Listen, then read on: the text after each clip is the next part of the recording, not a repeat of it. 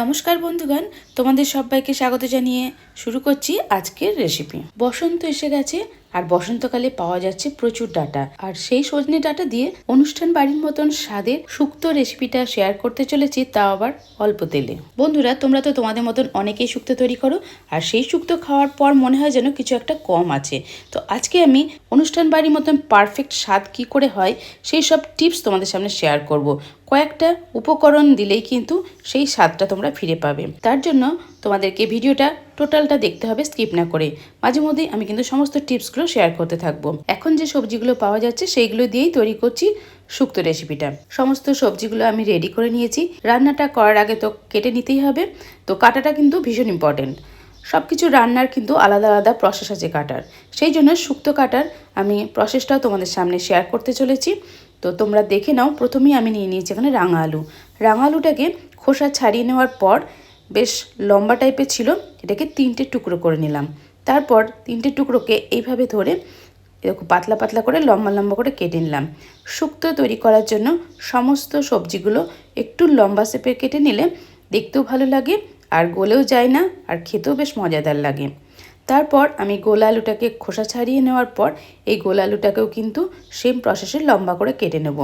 তো অনেকেই হয়তো বুঝতে পারবে না, তার জন্য আমি কাটিংটাও তোমাদের সামনে শেয়ার করলাম। এইভাবে একটু ঠিক করে এরকম লম্বা লম্বা করে আলুগুলোকে কেটে নিচ্ছি। দুটো আলুকেই আমি এইভাবে কেটে নেব। তবে দেখবে শুক্তো করতে গেলে একটা একটা করে সবজি দিতে দিতে শুক্তোটা কিন্তু অনেকটাই বেড়ে যায়। তো এখানে আমি মাঝের সাইজে দুটো আলু নিয়েছি। আলুটাকে এইভাবে লম্বা লম্বা করে কেটে নিলাম। অবশ্যই কিন্তু এই আলুটা কাটার পর ধুয়ে রাখবে, নাহলে কিন্তু কালো হয়ে যাবে। এবার নিয়েছি কাঁচকলা। কাঁচকলাটার দুই দিকটা কেটে বাদ দেওয়ার পর আমি পিলারের সাহায্যে খুব চটপট একটু ছাড়িয়ে নিচ্ছি খোসাটা। অবশ্যই খোসা ছাড়িয়ে নিতে হবে, নাহলে পরে কষকষ লাগবে। এবার এই কাঁচা কলাটাকে আমি হাফ করে ভাগ করে নিলাম। তারপরে এইভাবে হাফ করে নিয়ে এবারে পাতলা পাতলা করে স্লাইস করে নিচ্ছি। যদি কাঁচকলাটা একটু ঠিক থাকে এইভাবে মাঝখান থেকে কেটে দেবে, তাহলে দেখবে একটু লম্বা লম্বা সরু সরু হয়ে যাবে। তো কাটাটা কিন্তু রান্নার কাছে অনেকটাই ডিপেন্ড করে, সব কিছু কাটিংটা ওই জন্য একটু দেখে নেওয়া ভালো। এবারে দেখো সজনের ডাঁটা। সজনের ডাঁটা কাটার সময় এইভাবে যে ওপরে যে আঁশগুলো থাকে খোসার মতন, সেগুলো কিন্তু ছাড়িয়ে ফেলতে হয়। তো একদম কচি হলে সেটা ছাড়ানো যায় না, কিন্তু একটু শক্ত হলে তখন এগুলোকে ভালো করে ছাড়িয়ে ফেলতে হয়। তা নাহলে খাওয়ার সময় কিন্তু মুখে লাগে, চিবোনোর সময় চিবোতেও অসুবিধা হয়। তো এই যে পাতলা এরমভাবে উঠে যাচ্ছে, এইভাবে চাপ দিয়ে নিয়ে এইভাবে টানলেই কিন্তু দেখতেই পাচ্ছ খুব সুন্দরভাবে ডাঁটার ওপরের যে লেয়ারটা এভাবে ছাড়ানো যায়।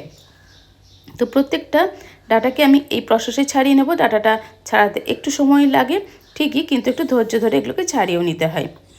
তো এই যে দেখিয়ে দিচ্ছি, এই ছুরি দিয়ে এইভাবে আস্তে আস্তে ছোটো ছোটো টুকরোগুলো থেকে যেগুলোর এই সাইডগুলো যে একটু ডিপ সবুজ হয়ে আছে সেগুলোকে আস্তে আস্তে এইভাবে টানলে পরে এইগুলো চলে যায়, বাদ দেওয়া যায়। তাহলে মানে ডাঁটাটা খেতে কিন্তু বেশ নরম লাগে, চিবোতেও সুবিধা হয়। এইভাবে প্রত্যেকটা ডাঁটাকে কিন্তু ছাড়িয়ে ফেলতে হবে। তো সেম প্রসেসে আমি সমস্ত ডাঁটাগুলোকে ছাড়িয়ে নিচ্ছি। তো আমার ডাঁটাগুলো ছাড়িয়ে নেওয়া কমপ্লিট হয়ে গেছে। এবার আমি বেগুনটাকে কেটে নেব। একটা বেগুন নিয়েছি, একটা বেগুনের বোটার দিকটাকে কেটে বাদ দিয়ে দিলাম। তারপরে আমি কীরকম করে কাটছি দেখো, পেছনের দিকটা না কেটে আমি এইভাবে আগে লম্বা করে কেটে নিচ্ছি। তবে তোমাদের কাটাটা নিজের যে যার সুবিধা মতনই কেটে নেবে। যেহেতু একটু বেশ লম্বা টাইপের আছে, ওই জন্য আমি বেগুনটাকে 3টে টুকরো করে নিলাম প্রথমেই। 3টে টুকরো করে নেওয়ার পর এটাকে লম্বা লম্বা করে কাটার জন্য এইভাবে আমি কেটে নিচ্ছি। তো বেগুনটা যখন শুক্তো রান্না হয়ে যাবে তখন কিন্তু গলেই যাবে।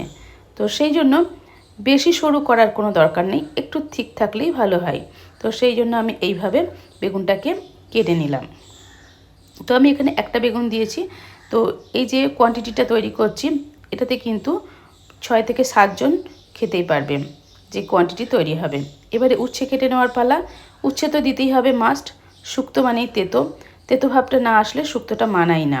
এবার এই উচ্ছেটাকে প্রথমে হাফ করে নিলাম, তারপর এটাকে আবার হাফও করে নিচ্ছি। এইভাবে উচ্ছেটা কেটে নিলাম। এবার দেখো সব উচ্ছেগুলোকে আমি এইভাবে লম্বা লম্বা করে কেটে নেব। কেটে নেওয়ার পর আমি পিলারের এটা দিয়ে আমি এই যে ভেতরের যে শক্ত শক্ত বীজগুলো রয়েছে সেগুলোকে বাদ দিয়ে দিচ্ছি।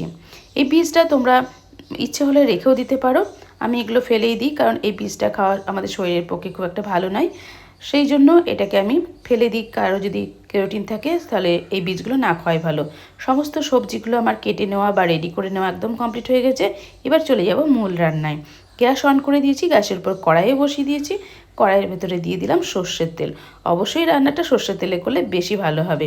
তো তার ভেতরে দিয়ে দিলাম হাতে তৈরি করা বড়ি। এইগুলো আমার মা এই বড়িগুলো দিয়েছে। বড়ির ভিডিওটা কিন্তু আগে আমি আপলোড করে দিয়েছি।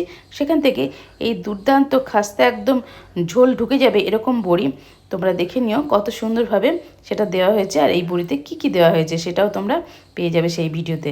এই বড়িগুলোকে একটু লাল করে ভেজে নিলাম। ভেজে নেওয়ার পর এবার একটু তেল ঝরিয়ে বড়িগুলোকে তুলে রেখে দিচ্ছি একটা পাত্রে। তো বড়িগুলো ভেজে নেওয়ার পর এবার অল্প একটু তেল দিয়ে দিচ্ছি। তো বন্ধুরা, আগেই বলেছি আমি অল্প তেলে রান্নাটা করব। তাই এখানে আমি 1.5 চামচ পরিমাণে তেল দিয়েছি। তেলের মধ্যে আলু আর রাঙা আলু যেগুলো লম্বা লম্বা করে কেটে রেখেছি সেইগুলোকে দিয়ে দিলাম। তারপরে একটু কষে নেব, হালকা লাল করে কষে নেব।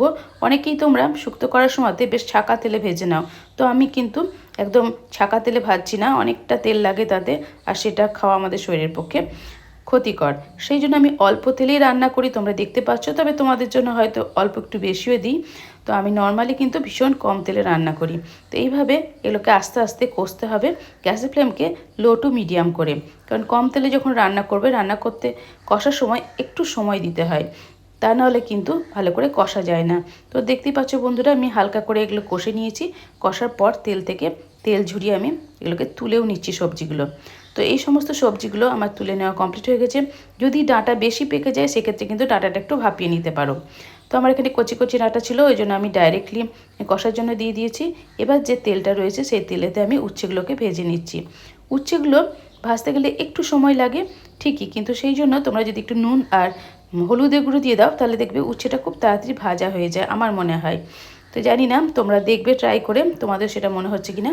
তো গ্যাসের ফ্লেমকে মাঝারি টু লো করে করে আমি উচ্ছেগুলোকে ভেজে নেব একটু লাল লাল করে।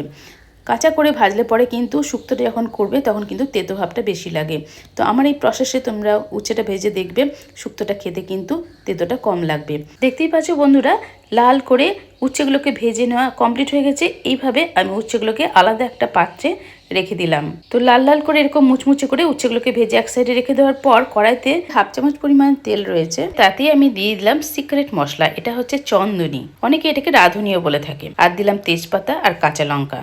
এটাকে হালকা করে একটু ফ্রাই করে নেব, তবে অবশ্যই গ্যাসের ফ্লেমটাকে একদম কমিয়ে দিয়ে আমি মশলাটাকে কষে নিলাম, নাহলে কিন্তু পুড়ে যাবে। এরপরে কষে রাখা আলু, রাঙা আলু, ডাঁটা এগুলোকে কিন্তু আমি এর ভেতরে দিয়ে এবার হালকা করে একটু নেড়ে চেড়ে নেব। তো এগুলো তো আগে থেকেই কষে নেওয়া ছিল, তো বেশিক্ষণ নাড়ারও দরকার নেই।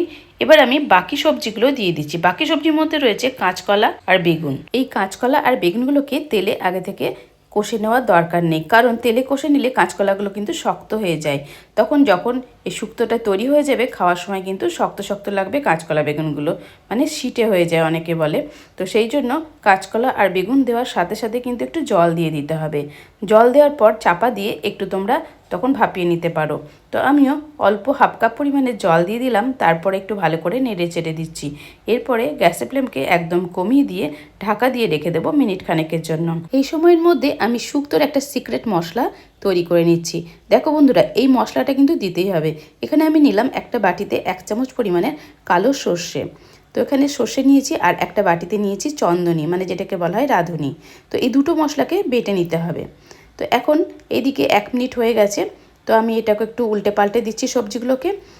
তো দেখতেই পাচ্ছ বেশ নরম হয়ে গেছে। এবার সর্ষে বাটাটা আমি বেটে নিয়েছি, খুব মিহি করে পেস্ট করে নিতে হবে। তো আমি শিলপাটায় সর্ষে বাটাটা বেটে নিয়েছি। তারপরে এখানে দিয়ে দিচ্ছি 1 চামচ পরিমাণের আদা বাটা আর দিয়ে দিচ্ছি চন্দনী বাটা। সমস্ত মশলাগুলো আমি এখন বেটে রাখা মশলাগুলো দিয়ে দিলাম।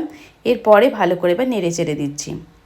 ভালো করে নেড়ে চেড়ে দিতে দিতেই বেশ সুন্দর একটা ঘ্রাণ বেরোবে, মানে শুক্তোর যে গন্ধটা সেটা কিন্তু আসবে।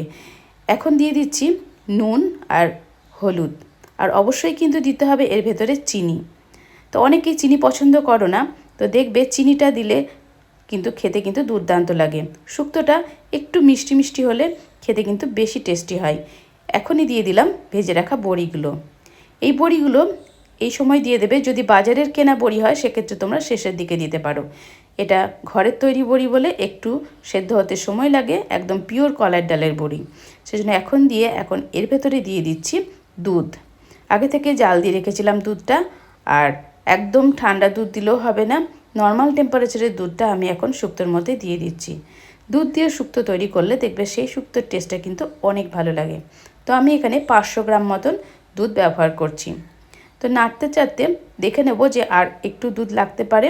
তবে গ্রেভিটা যদি মনে করো যে অনেকটা ঝোল রাখবে, সেক্ষেত্রে কিন্তু অল্প একটু জলও অ্যাড করতে পারো। আমি এখন কিছুক্ষণের জন্য ঢাকা দিয়ে রেখেছিলাম। এরপরে আমি এখন ঢাকা খুলে দেখাচ্ছি, বেশ সুন্দর মতন সব কিছু সেদ্ধ হয়ে গেছে। বড়িগুলো বেশ রস ঢুকে গিয়ে বেশ বড় বড় হয়ে ফুলে গেছে। এবারে এই সময় ভেজে রাখা উচ্ছেগুলোকে আমি দিয়ে দিলাম। ভেজে রাখা উচ্ছেগুলো তো ভাজাই আছে। তো এখন আমি বেশিক্ষণ আর ফোটাবো না, একটু অল্প করে নেড়ে দেবো। 30 সেকেন্ড মতন আমি এটাকে একটু কুক করে নেব, তাহলে কিন্তু শুক্তোটা আমার একদম কমপ্লিট হয়ে যাবে। তোমরা দেখতে পাচ্ছ একদম স্ট্রাকচারটা আমি এরকম করেছি। বেশি ঝোল চাইলে আর একটু দুধ কিংবা অল্প একটু জল মিশিয়ে দিতে পারো। গ্যাসের ফ্লেমকে দিলাম অফ করে। এবার যে জিনিসটা অবশ্যই দিতে হবে সেটা হচ্ছে গাওয়া ঘি। শুক্তো তৈরি করার শেষ হয়ে যাওয়ার পর এই ঘিটা দিলে তার টেস্ট কিন্তু অনেক গুণে বেড়ে যায়। ঘিটা দেওয়ার পর কিছুক্ষণ ঢাকা দিয়ে রাখবে, তারপরে এটা পরিবেশনের পালা। আর এই শুক্তো খেয়ে দেখবে তোমরা একদম অনুষ্ঠান বাড়ির মতনই টেস্ট হয়েছে। কিন্তু আমি অল্প তেলেই শুক্তোটা তৈরি করে ফেললাম। গরম ভাতে এই শুক্তো যাকেই তোমরা দেবে সেই কিন্তু তোমার এই শুক্তো রান্নার প্রশংসা সে করবেই করবে। তো এইভাবে বেশ মজাদার স্বাদের, একদম পারফেক্ট স্বাদের শুক্তো তৈরি করলাম। অনেকেই বেশি তেতো হয়ে যায় বলে শুক্তোটা খেতে পছন্দ করে না। তো আমার প্রসেসে তোমরা বানিয়ে দেখবে এই শুক্তোটা কিন্তু খুব একটা তেতো হয় না, কিন্তু খেতেও কিন্তু মজাদার লাগে। ছোট থেকে বড় সবার কিন্তু ভীষণ পছন্দ করবে এরকমভাবে যদি তোমরা শুক্তো তৈরি করো। তো আশা করছি আজকের ভিডিওটা তোমাদের অনেকটাই হেল্পফুল লেগেছে। যদি ভালো লেগে থাকে তাহলে তোমাদের ফ্যামিলি এবং ফ্রেন্ড সার্কেলের সাথে আমার এই ভিডিওটা শেয়ার করার অনুরোধ রইল। আর যদি নতুন বন্ধু হয়ে থাকো অবশ্যই আমার চ্যানেলটিকে সাবস্ক্রাইব করে নোটিফিকেশান ডান করে আমার পাশেই থেকো। নেক্সট টাইম চলে আসবো আরও নিত্য নতুন ভিডিওর সাথে। আর আজকের ভিডিওটা দেখার জন্য তোমাদেরকে অসংখ্য ধন্যবাদ। তোমরা বাড়িতে থাকো, সুস্থ থাকো, নিজের খেয়াল রেখো আর আমার ভিডিও দেখতে থাকো। Tata, bye bye.